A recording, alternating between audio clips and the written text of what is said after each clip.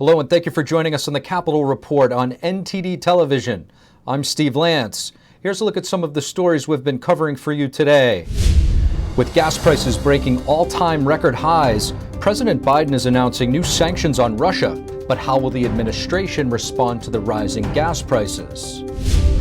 And lawmakers from both parties support this Russian oil ban.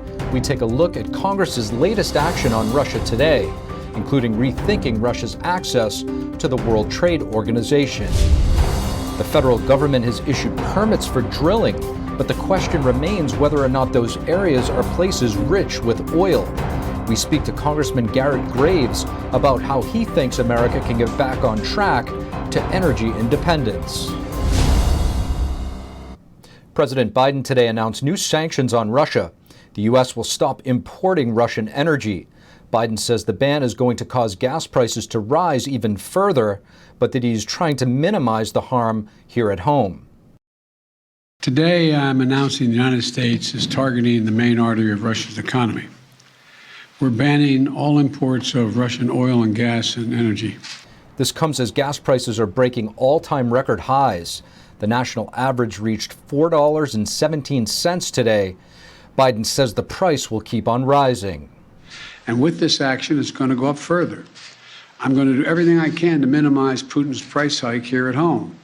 Russian imports make up a small part of American energy, about 8% last year, of which only 3% was crude oil. In the last 2 weeks of February, U.S. companies had already stopped importing oil from Russia, according to the Department of Energy. Last week, the U.S. and its partners announced they would release 60 million barrels from joint oil reserves. Also, the president says clean energy is another solution. Loosening environmental regulations or pulling back clean energy investment will not lower energy prices for families. But transforming our economy to run on electric vehicles powered by clean energy, with tax credits to help American families winterize their homes and use less energy, that will help. The U.S. will be acting alone since our European allies have significantly more reliance on Russian energy. And on Capitol Hill, both parties are supporting the Russian oil ban. Tonight, the House is expected to pass a legislative package on this, along with more action to isolate Russia from the global economy. They're rethinking Russia's access to the WTO. NTD's Melina Wisecup has the latest. Congress moved quickly to stand behind President Biden's ban on Russian oil. The House tonight taking up a bill that supports this ban. Many lawmakers say this is a necessary step to cut off a major money source for Putin. Both parties are supportive. Well, I'm happy that the president has announced the ban on Russian oil imports. We import about 200,000 barrels of Russian oil a day. We shouldn't be advancing other countries that don't share our values. Aside from the oil ban, the House's bill takes additional steps that aim to diminish Russia in the global economy. Lawmakers want to impose more sanctions on Russia. The bill reviews Russia's access to the World Trade Organization and could potentially raise tariffs on Russian imports. The bill also wants more sanctions on human rights abusers in Russia. The messaging from Democrats and President Biden today is that protecting freedom will cost us at home, warning of even higher energy costs. And we are going to see increased gas prices here in the United States. In Europe, they will see dramatic increases in prices. That's the cost of standing up for freedom. But frankly, we are going to be in a global energy crisis. But some Republicans say Russia's only part of the issue. Oil prices have already risen 60% before Putin's invasion. So let me tell you, unless the Biden administration changes its tune at home, things are going to get a whole lot worse. To fill the hole, Biden is looking at importing more oil from Iran, Saudi Arabia, and Venezuela, an idea Republicans are scrutinizing. He might finally be coming around to banning Russian oil. But the problem is, he wants to replace it by begging other dictators to replace the oil that Putin was providing. Apparently, to Democrats and Joe Biden, anywhere is better than the United States of America. While Democrats say the key is to invest more in clean energy. But this just goes to the point that we need to no longer have our reliance and dependence on oil, and that's why we need to continue to move our policies towards renewable energies. Melina, is Congress working on solutions for how to offset these rising costs? The fact that Congress was able to move so quickly to support and take action on this banning Russian oil, that just is a testament to how bipartisan this ban actually is. Now, as for how the parties are proposing handling the consequences of this ban on Russian oil, both parties will have very different approaches here. Democrats will likely use this as an opportunity to push for more renewable and clean energy, while Republicans will use it as an opportunity to push for the need of domestic oil production. But those are more long-term approaches. As for the short term, a group of Senate Democrats did introduce a proposal for a gas tax holiday, which would temporarily put a pause on the federal tax that's collected when you purchase gas. But we haven't seen any movement with this proposal so far, so it's unclear if this is something that lawmakers are taking seriously as a potential solution or temporary solution to the higher energy costs. But no doubt both parties are clear-eyed on the fact that we will see higher energy costs as a result of this ban on Russian oil. It's just a matter of how they will go about tackling these consequences, and we are hopeful and do expect that they'll be working on solutions to reduce these costs in the coming weeks. Steve, back to you. Thanks for that, Melina. And Congressman Garrett Graves represents the state of Louisiana's 6th District. Louisiana is a big energy-producing state. Earlier today, after the energy press conference at the Capitol, we had a chance to catch up with the congressman to get his thoughts about American energy production. Here's a look. Congressman Graves, thank you for joining us on the Capitol Report. You bet. Thanks for having us. Now, Congressman, Press Secretary Jen Psaki yesterday at her conference said that there were over 9,000 permits that were waiting in the abyss for American companies to use to produce oil. Can you put that into context if that's true or not? Sure. I can't confirm that the number's true, but let's just say that it is.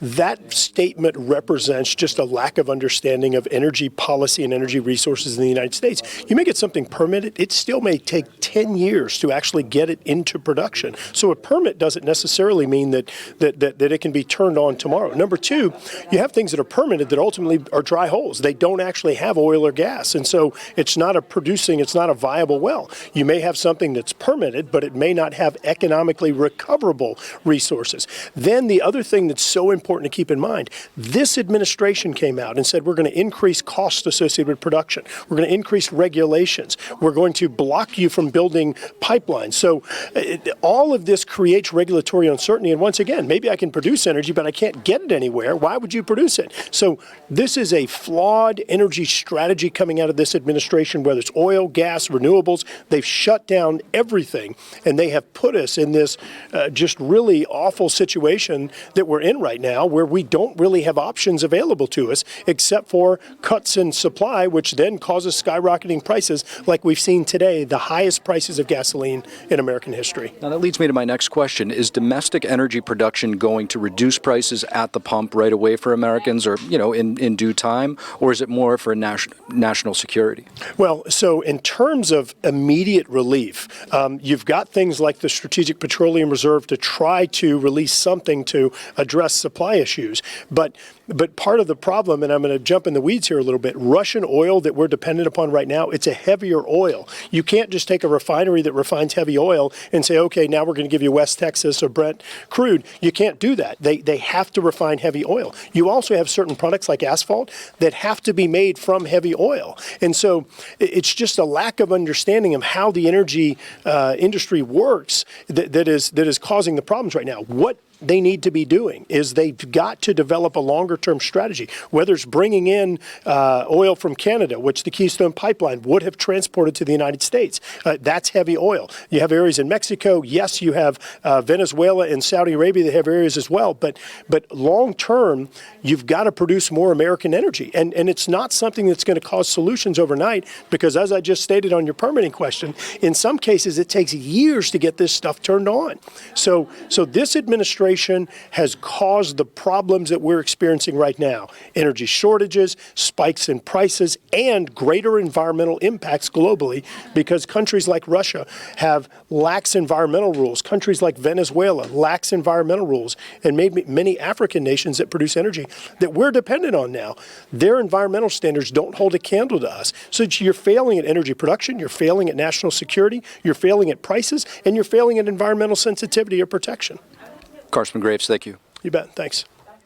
The Shell Oil Company is stopping operations in Russia. Facing international pressure over Russia's war in Ukraine, the company announced today that it will shut down its service stations and other operations in Russia. It will also stop buying Russian oil and gas.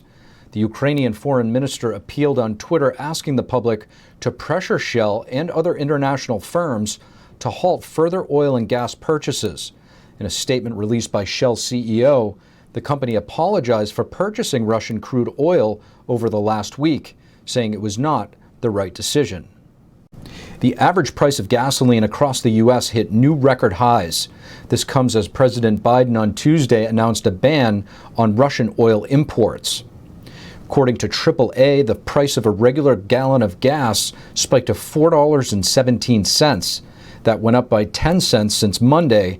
At some California stations, gas topped $6 per gallon. I used to put $38 to fill my tank up. Now it's about, as we saw, between $70 and $90. I think that's crazy. The previous all-time high for average gasoline prices was set in 2008 at $4.10 per gallon. So long as this war is going on, I think prices will go higher. The head of petroleum analysis for GasBuddy said the Russian invasion and seasonal price changes means Americans should prepare to pay even more for gas than ever before. And top U.S. intelligence officials told lawmakers today that Russia underestimated the strength of Ukraine's resistance before launching its invasion. That has likely caused thousands of Russian casualties. We assess Putin feels aggrieved the West does not give him proper deference and perceives this as a war he cannot afford to lose. But what he might be willing to accept as a victory may change over time given the significant costs he is incurring. The officials testified Tuesday before the House Intelligence Committee, offering their insight into the thinking of Russian President Vladimir Putin as his forces continue their march through Ukraine. The U.S. believes Putin had banked on capturing the Ukrainian capital of Kyiv within 2 days. He was confident that he had modernized his military and they were capable of a quick, decisive victory at minimal cost. He's been proven wrong on every count. Burns said China's leaders are unsettled by events surrounding the assault on Ukraine, despite refusing to condemn Russia or call the attack an invasion. I think the President Xi and the Chinese leadership are a little bit unsettled by what they're seeing in Ukraine. They did not anticipate the significant difficulties the Russians were going to run into. I think they're unsettled by the reputational damage that can come by their close association with President Putin, second by the economic consequences. Putin announced he would raise Russia's alert level for nuclear weapons, but Haines said the U.S. has not observed unusual changes in Russia's nuclear force posture. Now that it appears a full-fledged war has broken out in Ukraine, it has many still wondering how we got here in the first place. At an event last week, we had a chance to sit down with Air Force veteran and member of Congress, Barry Loudermilk. Here's what he had to say. Congressman Loudermilk, thank you so much for joining us on the Capitol Report. Yeah, it's a pleasure to be with you. Thank you for having me. Thank you for being here and taking time to do this. It's our pleasure, truly. So, Congressman, I want to ask you about Russia and Ukraine. This large-scale invasion seems to have caught a lot of people off guard. I'm not necessarily our elected officials who have the intelligence, but how do you think we seemingly got to this point overnight? Well, and that's the thing is we really didn't get there overnight. A lot of people think that we did. Putin is very smart. I know Trump has been excoriated for saying he's a genius, but he's an evil genius. I mean, he's very smart and very patient. I've said for many years that after the fall of the Soviet Union, when Vladimir Putin rose to power, his ultimate goal was to rebuild the Soviet Union to its glory of the past. That's been his goal. But he knew that to achieve that, he couldn't do it as long as NATO was strong, the U.S. not only was strong, but willing to use its strength. And so he went into this mode of playing the world's good guy, put in a form of pseudo-capitalism, even though it's more socialism, took a stance of non-aggressiveness, and we started turning our heads away. If you go back to the Obama administration, we changed the way our military was structured to fight against terrorism instead of global threats like Russia and China. We started placating to Putin, and then some even considered making him a member of NATO. And NATO was, originated to fight against the Soviet Union, to defend Europe against Soviet aggression. Well, he respects strength, but he'll exploit weakness. And what he has seen is weakness like we've never displayed before. I can see that. Vladimir Putin was taking advantage of the Obama administration. There was an element of weakness there. He invaded Ukraine and he took Crimea. And we really did nothing. We sent blankets. Then he invaded the eastern part of Ukraine. We really didn't respond. So he goes into Georgia. But then something unexpected happened. A dark horse candidate by the name of Donald Trump got elected to the President of the United States, and Republicans retained control of the House and the Senate, and started undoing the Obama policies that projected weakness. We started strengthening the military, and then Donald Trump did something incredible. He went to NATO and strengthened NATO by forcing member nations to invest more. That was the worst case scenario for Putin, so he retracts and becomes the good guy again. And then when Joe Biden ascended to the presidency in 2020, he's the gift that keeps on giving to Putin. It just displayed ultimate weakness that is reminiscent of the Carter administration. And so he's taken advantage of it and he's making his move. Now, Congressman, you touched on this point a little bit. You have a military background yourself. Trump took a lot of heat in the way that he dealt with Putin, but yet the net result was peace. Right. And so in hindsight, what do you think this says to the way we're seeing things unfold now? Well, he sees the weakness of Joe Biden, right? Donald Trump was unpredictable. Ronald Reagan came in and he brought in a new doctrine of peace through strength. It isn't just being the world's most powerful, having the world's most powerful military. It's whether or not you're willing to use it. That was the part of Donald Trump that Putin couldn't put his finger on. He's willing to negotiate. He talks to him. They have a relationship. Just because you have a relationship doesn't mean you're friends. There's a mutual respect there because Putin respects strength. He exploits weakness. He wasn't sure what Donald Trump would do. Same with Kim Jong-un. He made Kim Jong-un think he's just as crazy as Rocket Man was, He didn't know if we'd push a button if he pushed a button. So he gained the respect of Putin. That's why Putin withdrew. He became the nice guy again. But when he looks at what's going on in America right now, when we basically dissolve our energy independence and start buying oil from Russia, puts us in a bad position, projects weakness. When we have a military operation like the one in Afghanistan, where it was so poorly planned that we left Americans behind enemy lines, we used to never do that. That was a principle of America. We never left a citizen behind. Well, obviously he sees that we've traded out our principles. We're no longer we're not the America we used to be. That projects weakness. And he sees his opportunity to move. And then he does something to really test us, makes a threat. When he made the threat the other day, if you try to intervene, you're going to have consequences like you've never seen. He made that statement right after ending a nuclear exercise. That was the point. You mess with me, I'll nuke you, because he believes that would scare Putin. And if you look at our response right now is weak. The sanctions are not the sanctions we need. We have to attack their oil production. Biden won't do it because his poll numbers are already low because of the oil prices here in the U.S. He knows they'll go up, but he caused this.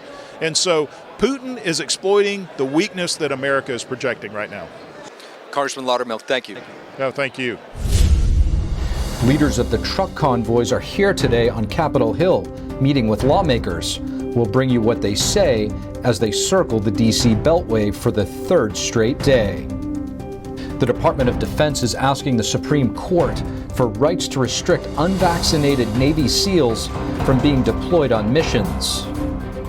And in recognition of Women's History Month, D.C. Mayor Muriel Bowser made an announcement in conjunction with the Washington, D.C. Police Department.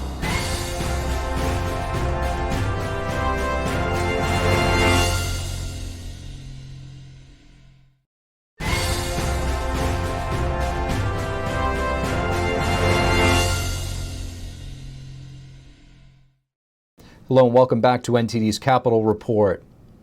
The truckers are here, and so are those in support of them. Today, lawmakers met with convoy leaders in the nation's capital. NTD's Iris Tao has more. I talk to kids all the time, these teenagers, as I've been traveling through the country, and they're like, our high school is stolen. The truckers are here, and so are those supporting them, including some on Capitol Hill. People's Convoy, they're trying to let the American people understand what has happened to them. Leaders of the truck convoys today met with Senators Ted Cruz and Ron Johnson, followed by a meeting with several Republican representatives. Well, the fact that we have a chance to be here and have a voice, I respect the three of you for letting that happen. Okay. They talked about a variety of issues, ranging from lifting remaining mandates to ending the state of emergency to dealing with soaring energy prices. Stop it. Just don't sign anything, vote no on everything until they start waking up and give our rights back. We talked to one of them who said he drove all the way from Arizona, more than 2,000 miles. Coming all the way here to D.C., what is one message that you want to present to the lawmakers here? I want them to know that whether we're unvaccinated or vaccinated, whether we drive trucks or we love this country, we are united. As the meeting is taking place right behind me inside this House office building, the convoy of trucks continue to make loops around the nation's capital. And some truckers told us today that they're not going anywhere until their voices are heard and all mandates are lifted. It really means a lot because their voices represent most Americans. And the things they said here today is how the rest of America feels. Own communities, their own counties. And right outside the Capitol building today, another group, Moms for America, gathered to voice support for the truckers. And this has been something that has been right in our backyard, in our own homes with our own children, from the mask mandates to the comprehensive sex education. And lawmakers stood alongside them. We need to get back to a normal life in this country. Reporting in Washington, D.C., Iris Tao, NTD News. The Pentagon is asking the Supreme Court to let it restrict unvaccinated Navy SEALs. In January, a federal judge blocked the Pentagon from stopping the deployment of Navy SEALs who claimed religious exemptions from the COVID-19 vaccine mandate. The Pentagon is arguing that unvaccinated SEALs are not prepared for deployments because their health could be easily compromised. The Pentagon made the court filing on behalf of the Biden administration. 26 Navy SEALs had challenged the administration's federal vaccine mandate. Despite the wishes of the Pentagon, at least one unvaccinated Navy SEAL was already deployed on a close-quartered submarine. Florida Governor Ron DeSantis held a roundtable with multiple highly trained doctors and scientists on the nation's response to the CCP virus. Florida Surgeon General Joseph Ladapo and others lamented that there was almost no open discussion on science surrounding the virus. The purpose of us coming together today is to have something that has been missing and been hard to find over the past 2 years, which is open discussion and transparency about some of the policies that we've seen over the last 2 years. Some scientists were concerned that the proposed solutions did more damage than the virus itself. Dr. Bhattacharya noted that lockdowns were an enormous mistake, and places that sought alternative strategies had better outcomes. Places that have followed such a strategy, Florida, Sweden, other places around the world, have done much better in terms of overall health outcomes than places that have had lockdown-focused strategies where the disease is spread anyways, but with catastrophic damage to the poor working class. On Tuesday, 1 week into Women's History Month, D.C. Mayor Muriel Bowser joined D.C. Police Chief Robert Conti to announce an initiative to hire more female officers. Chief Conti signed a national pledge to increase the number of women at his agency. The 30 by 30 pledge seeks to increase women's participation in recruit classes to 30% by 2030. We are here to announce MPD's commitment to the 30 by 30 pledge. 30 by 30 is a nationwide initiative focused on bringing more women into policing. And Washington, D.C. is ahead of most cities in the nation, with women making up 23% of D.C.'s sworn-in officers. Henry Enrique Tarrio, leader of the Proud Boys, was arrested Tuesday on a conspiracy charge related to the breach of the U.S. Capitol on January 6th. Tarrio is not accused of physically taking part of the breach at the Capitol. The indictment alleges that Tarrio directed and encouraged the Proud Boys before and during the events of January 6th. He appeared in federal court in Miami earlier today. And that's all we have for you tonight on the Capitol Report. Thank you for tuning in. From Washington, D.C., I'm Steve Lance, and we'll see you tomorrow.